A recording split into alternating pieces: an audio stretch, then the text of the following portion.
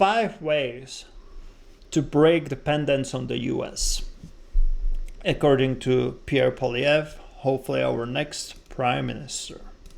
And in particular, the incredible workers we have behind us today. Thank you for your hard work. Thank you for being here. Thank you for literally building and powering our country. You will have, in these incredible Conservative candidates, a team that will put our country first. We have Clifford Small from Central Nova, who is a former fisherman in our Shadow Ministry of Fisheries. I'm very proud to have a Newfoundlander in that role. He's going to expand the seal hunt. He's going to protect our fishery. He's going to put the fish harvesters back in charge of the fishery and take it away from the bureaucrats and the politicians in Ottawa. We have the great Steve Kent from Avalon. We have Corey Curtis from Cape Spear. David Brazel, of course, a great businessman and former interim leader of the Progressive Conservative Party of Newfoundland and Labrador. We have Jonathan Rowe, Terra Nova, and the Peninsulas, and they all understand what Canadians get, is that this country should be the richest in the world. But after the lost Liberal decade, that's true, the poorest growth in all of the G7. The American economy has grown 14 times faster. Like, how crazy is that? If the Liberals approved the pipeline, and if they didn't shut down the whole LNG thing, like liquid natural gas, in those last 3 years, we would make so much money while indirectly hurting Russia's effort to continue with the war, right? Can you imagine if Europe can stop depending on Russia for natural gas and oil, and Canada can have a business out of it? Like, it would be a win for everyone. So what happened there, Liberals? How is it possible that you screwed up so bad that instead of indirectly helping Ukraine and improving the economy of Canada, you managed to steal money from the taxpayers, send it to Ukraine, and just don't care about Canadian citizens? And again, I said it multiple times, I'm going to repeat it. Obviously, what's going on in Ukraine is bad. Russia should have never invaded Ukraine. Ukraine needs help. But you're not supposed to take taxpayers' money, send it to the Ukraine without any condition that Ukraine needs to deal about the peace. Like, right now, we're just fueling this war. It's like, oh yeah, we're going to support you as long as you need to. Our people can bleed, financially bleed, it's okay, right? Like, no, that there should, according to my opinion, there should have been a referendum if we want to send taxpayers' money to the Ukraine or no. You can argue, you elected Liberals, so that's kind of your referendum, right? Or like, you gave them power to decide for you, which is still crazy. Like, it should still be decision of the people. And trust me, Canadians are good people. It would probably go through. Not the amounts the Liberals decided to send, but the Canadians would still want to help. But right now, what Liberals did, to me, that's treason. They just collected tax money and sent it somewhere else, while not caring about the situation in Canada. That's crazy. And like I said, they could have indirectly hurt Russia, help stop the war, and improve the Canadians' economic situation. But no, Liberals decided not to do it. Per capita than the Canadian economy has in the same decade. And that, I think, explains why Donald Trump keeps endorsing Mark Carney. Oh yeah, it's easy for him. Support. He said he wants to keep Carney in power after the election. And it's pretty easy to understand why. Carney's policies, which he implemented as Trudeau's economic advisor, weak. Have made our economy more weak and reliant on the Americans than ever before. He supported massive carbon taxes while he moved his money out of the country to avoid paying them. He testified against the Northern Gateway pipeline while advising Trudeau against the Energy East pipeline. He supported the anti-pipeline law C-69, the energy cap, and countless other anti-development policies. All of these policy decisions have made us hopelessly reliant on the Americans. And despite making sort of rhetorical hints to the contrary 28 days before the election, Mr. Carney is actually doubling down on all of these radical, keep-it-in-the-ground policies that he supported for the last 10 years of the lost Liberal decade. Here's the reality. We export 98% of our crude oil to the United States, moving from, in fact, the oil that goes from Western Canada to Ontario and Quebec actually has to go through the U.S., meaning Donald Trump has the so legal we're probably power paying for and the transfer. Territorial control already to stop Canadian energy from going to Canadian consumers. We sell twice as much goods and services to the Americans as we sell between our provinces because the Liberals will not let us build the infrastructure to move it That's west. ridiculous, and man. Between 2015 and 2020, the Liberals killed $176 billion of known projects that would have boosted our economic independence against the Americans. And that does not include the countless other projects that never appeared because investors took a look at Canada's anti-energy regime and said, we're not even going to bother announcing a plan to invest. These radical Liberal policies that caused the lost Liberal decade drove wages down, taxes up, and everything more expensive. It's no surprise that Canada now ranks 23rd on the World Bank's Ease of Doing Business survey. That's up seven places. How is this worse possible, than before. man? And now Mr. Carney wants the Liberals to get a fourth term while promising the same radical keep-it-in-the-ground policies. And by the way, on that, let me be clear. When I say he has a keep-it-in-the-ground policy, that is not my characterization of his position. I'm going to quote him verbatim. This is not Justin Trudeau or Stephen Guilbeault. This is Mark Carney. Maybe as much as half of oil reserves, proven oil reserves, need to stay in the ground. You hear that? He wants to keep it in the ground, and that includes under the ocean floor. That means that he will not allow any offshore development here in Newfoundland. To keep it in the ground, he would have to block any further projects from going ahead. That means that our single biggest and most valuable resource would not be available to us while the Americans unleash massive production increases and while Mr. Carney's own company profits off petroleum investments outside of Canada. He will shut down competition to his company here in this country. I'm not sure people realize how bad Mark Carney actually is. Like, we're talking about him, but right now he's representing mostly just the Liberal ideals, right? So you can have a good idea of how it's going to go due to the previous 3 terms of the Liberals. Like, it's not going to change.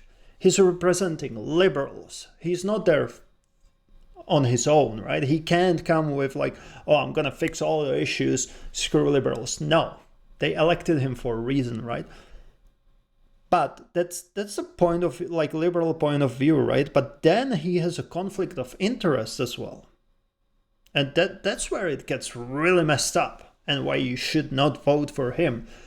Because not only that he has an investment firm, that he transferred the headquarters from Toronto to New York to avoid the tariffs, to avoid the carbon tax, to pretty much take away money from Canada, right?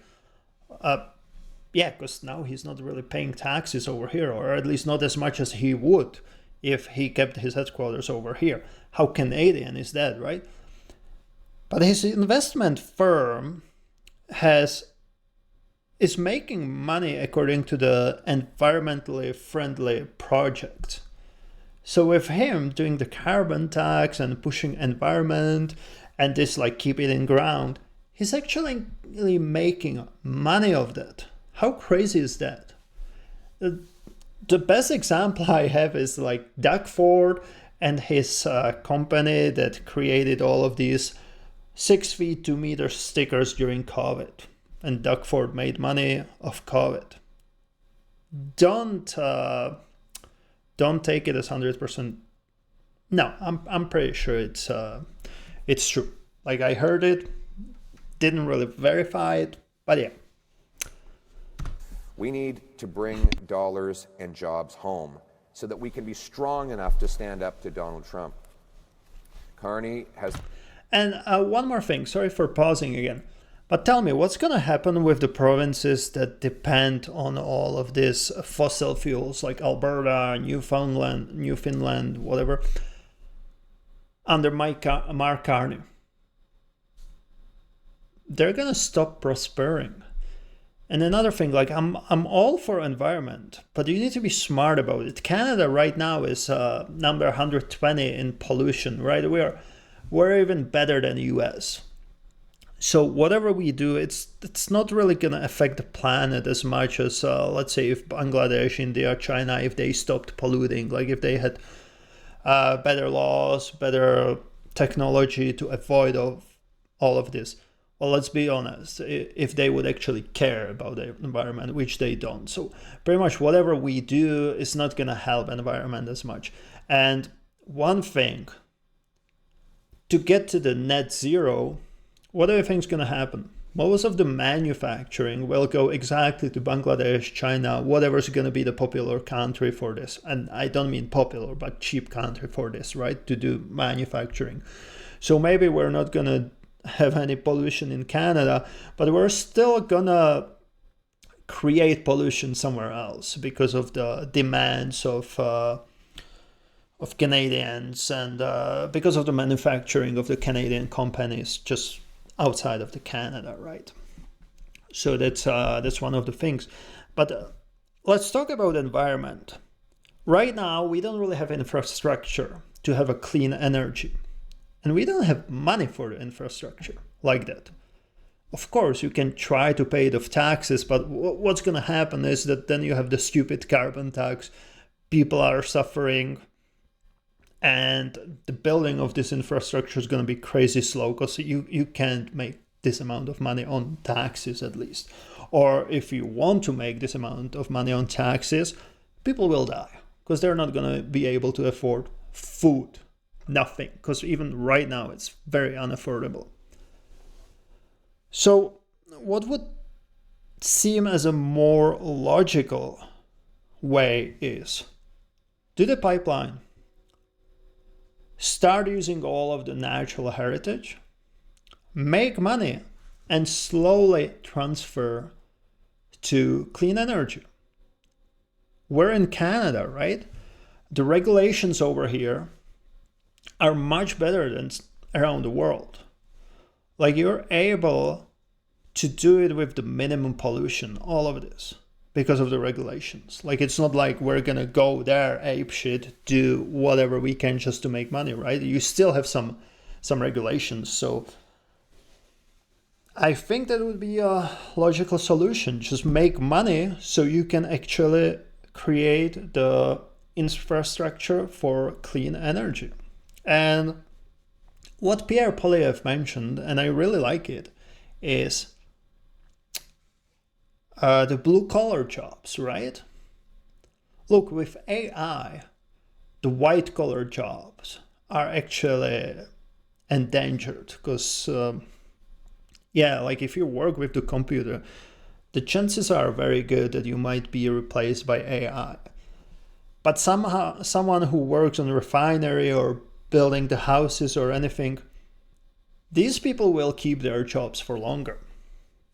So with Pierre Poilievre creating more refineries, pipelines, more lumber mills and stuff like this, he's actually going to create jobs that will last for at least, that's my guess, but at least 10 years, right? I worked in the coal mine for 2 months, I believe. It was kind of a between jobs thing. It was a very interesting experience. I was driving the haul truck, but anyway, it's the set of coal mines, I think 4 in total. One of the coal mines started using AI to drive their trucks. They ended up hiring almost twice as many employees just to keep an eye on the AI. Because the truck stopped in front of pretty much every rock.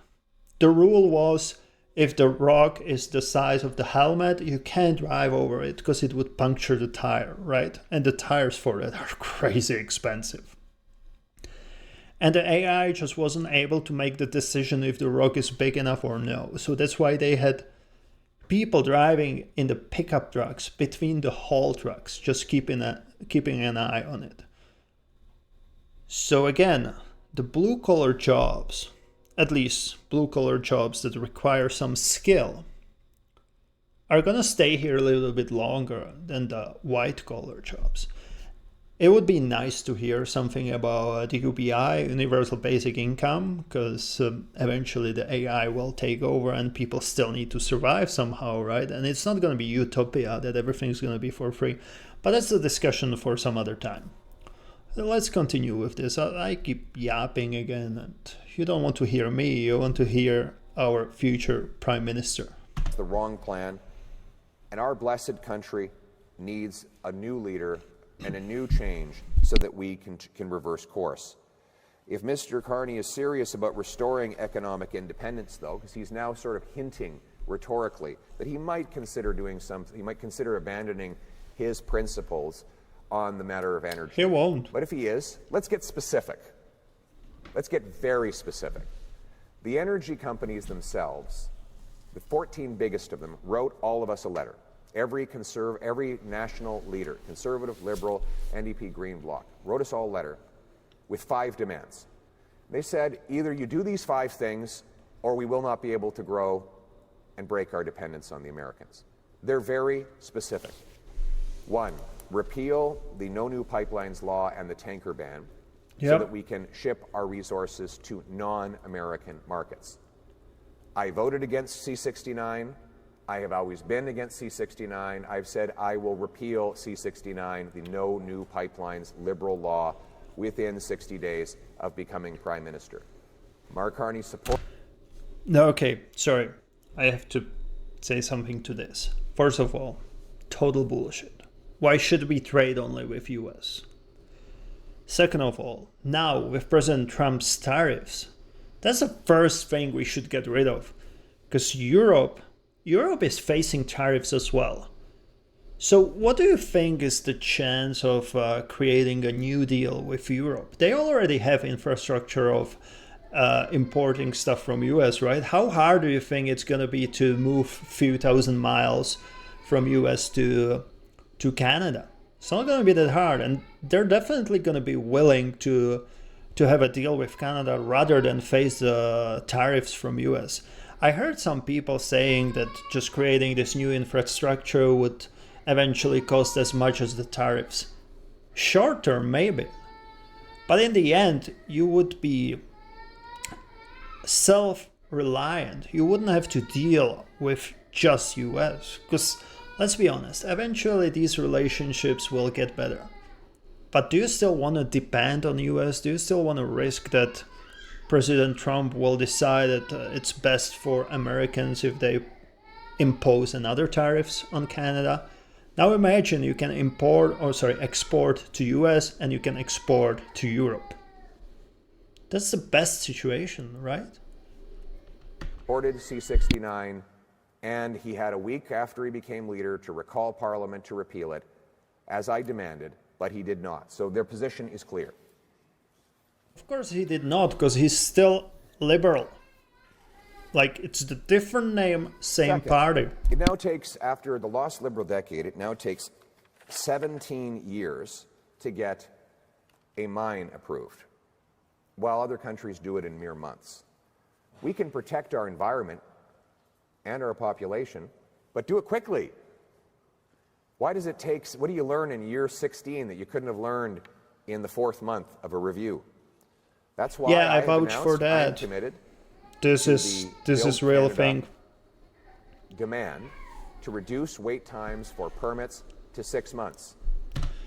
New mines. That's Pierre Poilievre is right about this, and it's not about making decision. That's it's about the liberals don't even give you the decision. It's not yes or no.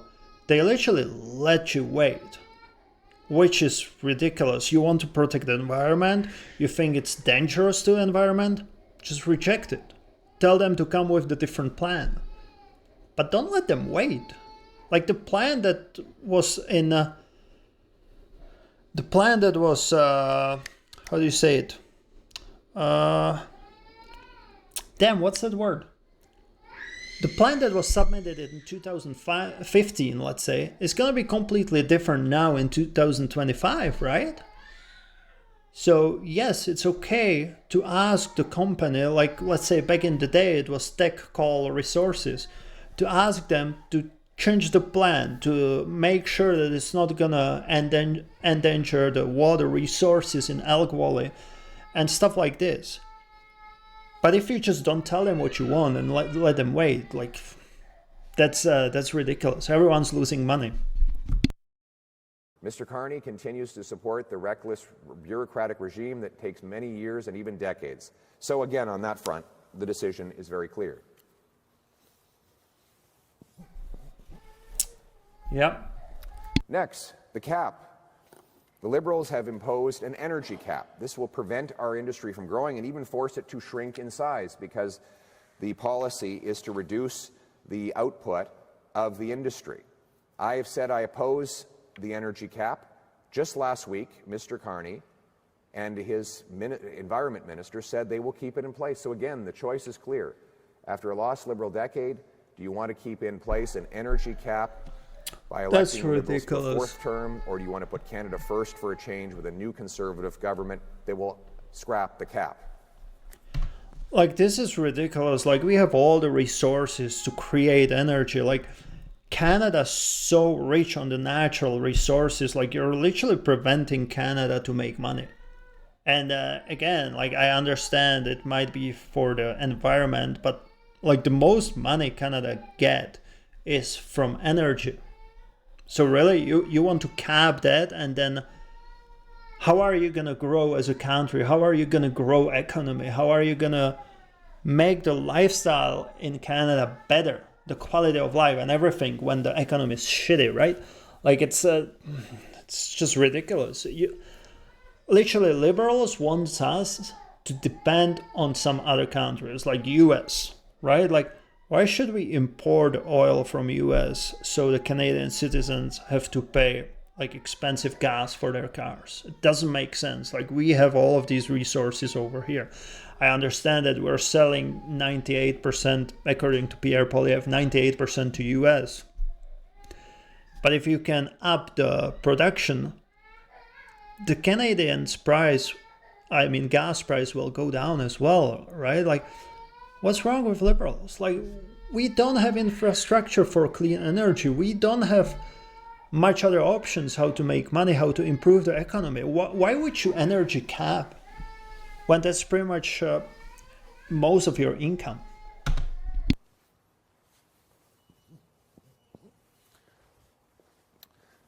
And then we have the carbon tax, the famous carbon tax. You know, up There until we go. about 2 months There ago, we go. the Liberals said that if we didn't have a carbon tax, the whole planet would be lit aflame. They said that you needed to pay more as a single mom to drive your kids to school, while Mark Carney flies around on private jets burning fuel like it's going out of style. Obviously. And now, that's like Taylor Swift, like huge environmentalist, and then she's flying to like all over US to every freaking concert. She sends the private jet to her boyfriend. Like, where is the environment thinking about that, right? It's ridiculous. But yeah, like, tell me, how does carbon tax help protect the environment? It doesn't. They literally take money away from people, and then they don't give it back. They give them back just some average, right? Let's say I'm heating up my house with natural gas. I'm driving a car that's working on fossil fuels, right?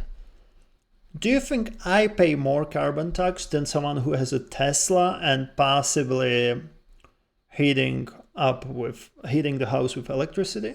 No, obviously my carbon tax is higher, but somehow we get the same rebate. So again,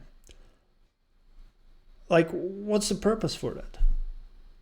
I understand that they're trying to push me away from using the fossil fuels, but if that's what you want to do, wouldn't it be easier? Well, obviously, we're not looking from business point of view right now, but wouldn't it be more efficient to make the electric heating and Teslas or electric cars in general make more affordable than the fossil fuel cars?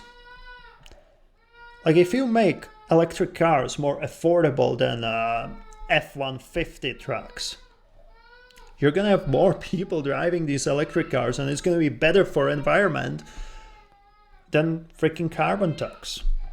After having this tax in place for 7 years and keeping the carbon tax law on the books as we speak, what they now say is that they're going to hide the tax from the pump for 28 days leading up to the election, in the hopes that people will forgive and forget, re-elect them, after which they will use the carbon tax law to reinstate the full tax at a higher rate with no rebate whatsoever. Yeah, let's remember this. They actually didn't get rid of the tax. They made the tax zero, which means the law is still there. They can literally, from one day, decide, okay, now it's going to be, again, whatever, 20% or something crazy like this. And we're still talking about the carbon tax for the households, but the carbon tax for the industry is still there. The carbon tax for the industry is not zero right now. If they would get rid of the carbon tax in general for households, commercial, industry, for everyone, the prices would go down, not just the gas and natural gas, but the goods as well. But they didn't do it because they don't care as much. And they think that the people don't look into it. They don't do their research. They don't go voting with their logic. And that's why you need to look into it. That's why you need to use your logic before you go voting. Because it's not how it looks. Obviously, it's easy to say, oh, we saved you money on carbon tax. But not everyone clues in, or not everyone's aware that the industrial carbon tax is still there, which still spikes our prices on goods. Canadians are not stupid. They won't be fooled. Furthermore, Mr. Carney says he wants a bigger industrial carbon tax on steel, aluminum, potash, natural gas. So we have cement, tariffs concrete, on the steel and now all of which are necessary. carbon tax. This roof would fall in without those basic materials. If you tax the industrial backbone of the country, you tax every single person who lives in a modern economy. That tax increase will drive jobs away. This is another area where Trump and Carney agree. They both want to tax Canadian industry. Carney with a carbon tax, Trump with a tariff. I want neither, and that's why the choice in this election is whether you elect the Liberals to a fourth Liberal term. Okay, this case, you can't compare President Trump and Mark Carney. The difference is President Trump is doing it for US citizens. So eventually they're going to be in a better position. What Mark Carney is doing is that he doesn't care about Canadian citizens. Somehow he feels like he's not responsible for the normal people. President Trump is responsible for Americans and he knows that. So you can't really compare it. Like, I don't know what drives Mark Carney to do these things, but we know what drives President Trump, and the intention over there is good for Americans, and he's not responsible for Canadians, so he doesn't care. He can negotiate a deal that's going to be the worst in the history of Canada for Canadians, and he's still going to be a good president, because if the deal is going to be beneficial for US, he did his job. But what's the Mark Carney's intention? Why does he want to tax us more? Why does he want us to pay more money? Why does he want our quality of life to get lower? Explain that to me. After the lost Liberal decade, who will bring in a bigger industrial carbon tax, or whether you want to put Canada first for a change with a new Conservative government that will axe the tax for everyone, for everything, for good, for real, for a change. And then you've got Indigenous loan guarantees. Our First Nations friends want to build prosperity for their people. They want schools and hospitals. They want clean drinking water. And they want the ability to fund it with own source revenue by having investments in resource projects that will send their economies into liftoff. I want Indigenous people to be the richest people in the world. But that means allowing them the loan guarantees to get their investments into these projects from the start. Now the Liberals want to control the loan guarantees through bureaucracy. We want to give control to First Nations so that they can make these investments and we can get quicker to yes. We will also allow First Nations governments to collect a share of federal income tax, corporate income tax, from the companies that harvest resources on their land. The Liberals will do no such thing. So again, the choice is, after the lost Liberal decade, do we want to elect them to a fourth term? That's crazy to hear. I don't really have a knowledge about this, but Nations, or whether if what Mr. Poilievre is saying, that's crazy that the Liberals don't allow it. Will unlock the power of First Nations workers and investment in our resource sector. So again, here we have... Okay, so let's talk about these 5 points. I'm not going to go through the whole video, but again, when you go voting, you can judge Liberals based on the actions, right? Not based on the words, but based on the actions from last 3 terms. Of course, you're going to argue, well, Mark Carney is different. No, he's not. It's still the same political party. He was advisor to Justin Trudeau. And let's be honest, if he was so much different and went against the agenda and ideals of Liberals, would they elect him? I don't think so. He wouldn't be the leader of a Liberal Party. And that's the important thing to realize. It's still the Liberal Party. The PMs are still the same. Ideals are still the same. Agenda is still the same. The only difference is that now, to that, you have a conflict of interest for Mark Carney. Because somehow, I said it before, he's going to be able to make money on environmental projects and all of that stuff. Now let's talk about Conservatives. Obviously, with them, it's more about the words. It's more about the promise. Like what you see that they're planning to do, I can't guarantee you that they're going to do it. I hope they will, but let's not be naive. It's still politics, right? But if you look at it, so one party, you're going to judge them by previous experience, by their actions. The other party, you're just going to either agree or disagree with their idea how to lead the country. So pretty much what it looks like to me is either you decide that Canada is great right now, you want it to go the same way like it did for past 10 years. Or you want to change. And if you want to change, or at least hope for change, that's Pierre Poilievre and Conservatives.